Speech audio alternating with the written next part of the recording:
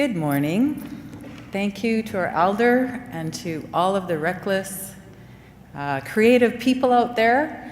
It's a real honor to be here. Tansei Niu Mawakchan Miksuichi Ochchi. The name that my grandmother gave me is Water Lily, and I'm of the Eagle people of the Eagle Hills. And what I would like to do is ask you to do some experiential stuff.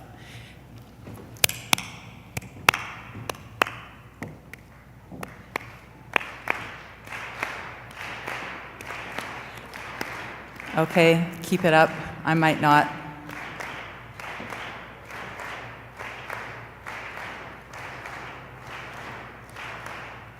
Okay, slow down. Ya, ha, ya. Ya, ha, ya, we, ha, ya. Ya, ha, ya, we, ha, ya, ya, we, ha, ya, yam. Ya, ha, ya. Ya, ha, ya, we, ha, ya. Ya, ha, ya, we, ha, ya, ya. We, ha, ya, ya, we, ha, ya, yam. Matio pesque, tapwe kinaheske nichi moose. Tapwe ki chipe hin papiane, we ha ya ya, we ha ya yam. Ya ha ya, ya ha ya, we ha ya.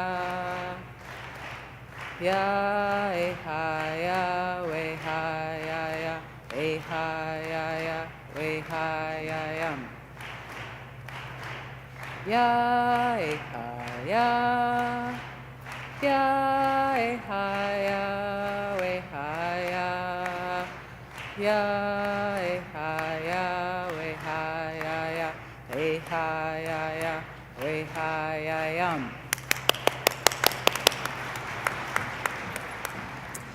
Aboriginal perspectives. Ceremony, relationship, holistic, mind, body, and spirit. That's what we just did. An Aboriginal perspective in social economy, I think, is something that is very much in sync with each other. An Aboriginal perspective, as we've heard from various speakers already, moves to a different level, moves from the head to the heart. And that song perhaps included mind and body, keeping the rhythm and moving, maybe touched your spirit, I'm not sure. That was Soto words that said, our grandmothers and grandfathers are always with us. So thank you very much for participating in a collaborative experience. And I think that's what Aboriginal people can bring to social economy. For Aboriginal people, if you think historically of how we have survived, it's because of the people and the community perspective that we have always focused on. Because without it, we would not have gone through successfully all of the big challenges that we faced over hundreds and hundreds of years on this land. I want to honor Treaty 7 communities as the tribal landholders to allow us to have their meeting on their land, and I recognize the importance of relationship and understanding where we are in relation to the land. That's also something that an Aboriginal perspective, I think, brings to social enterprise.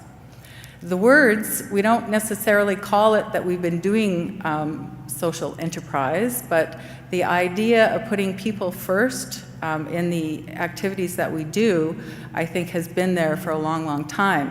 In the States, the term is tribal economics. I've heard that one, which means community economic development and activities that benefit the community.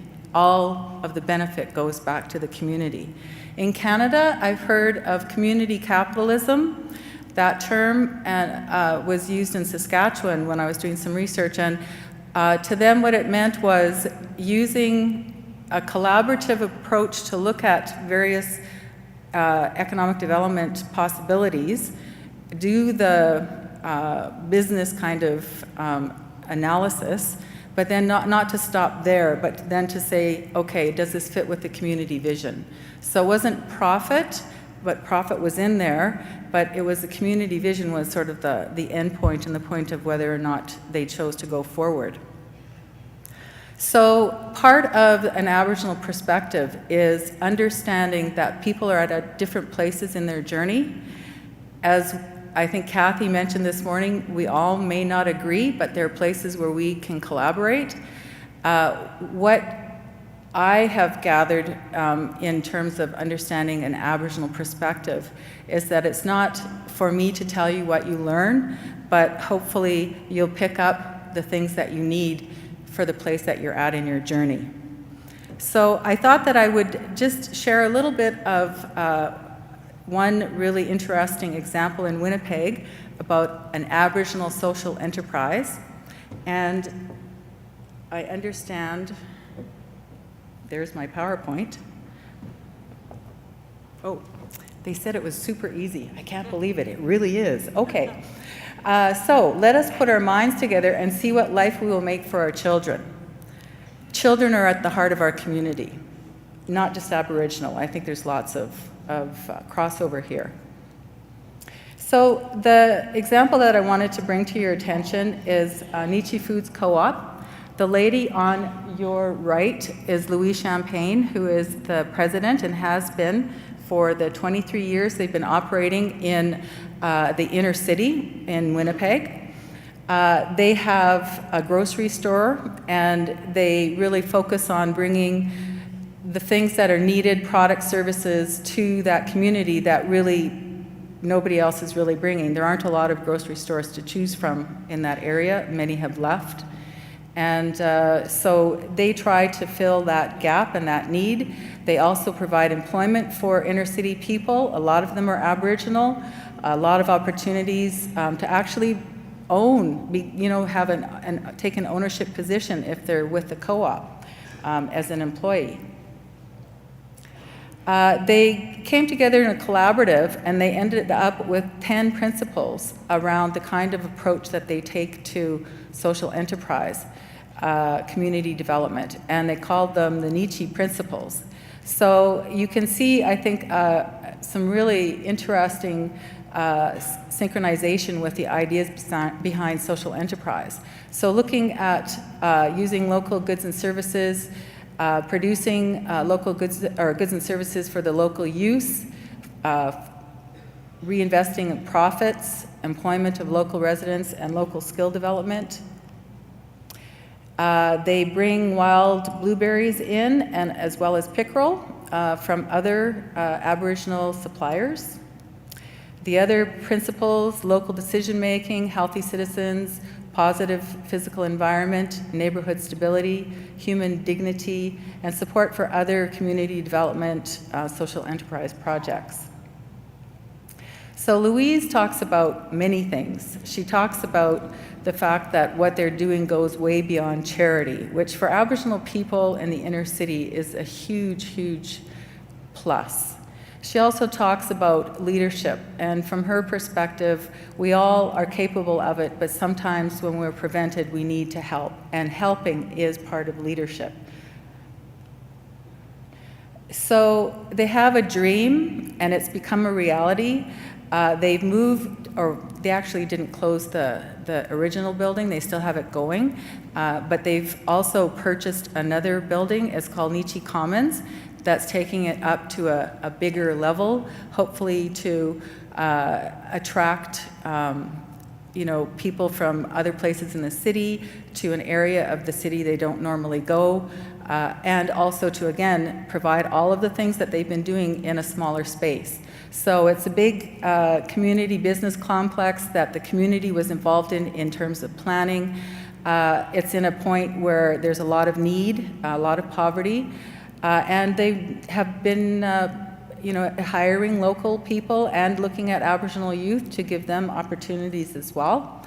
And looking at health, they're very interested in diabetes. They don't sell cigarettes for smoking. They sell it for ceremonial use, but they don't sell it for other use. So very interested in health. This is the building. It's on Main Street. And there are, again, Louise and some of the people that are involved in the NEECHI Commons. They've also got various local producers involved. They have a farmer's market. They have an art store. It's called NEECHI Niche, which, again, people from the inner city can participate in. If they have goods that they produce, they'll sell them for them. They have continue to be a workers' co-op in the grocery area. And so what they're doing is they've taken this beautiful historical building. It's using sustainable building practice in their heating and cooling systems, have got them Green Globe certification. They relied on a whole bunch of volunteers, and they've created this wonderful space in an area that needed it. And they have gotten a lot of support from all different levels, municipal to federal government financing sources, as well as a lot of support from the local Aboriginal organizations. But they've also broadened out their potential to encourage investment in their NEECHI Commons, and that's available to everyone. If you go online, you'll see this. It's an opportunity still. They have taken on quite a burden with the debt load that they're carrying for this wonderful project, and so they're still looking for support. So I thought I'd let you know that if you want to go and are interested, then there's an opportunity for you. So the plan to reality, this is second floor. They have a restaurant, and then we're looking at the art. NEECHI Niche is right behind us. So that's inside the art area. Some star blankets and other things that they have in the NEECHI Niche. This is down in the grocery level. Idle No More, I don't know if you followed that, but they support that. Black Pearl Coffee. This is the grocery area. Bannock, yes. A big bakery area there. They can cater. And it's a wonderful example of an Aboriginal perspective on social enterprise. So I guess what I would say is that we want to walk alongside you, and we're very interested in social enterprise. It's not far from what we are already doing. So I hope that it's a two-way street and that we can go far together. Thank you.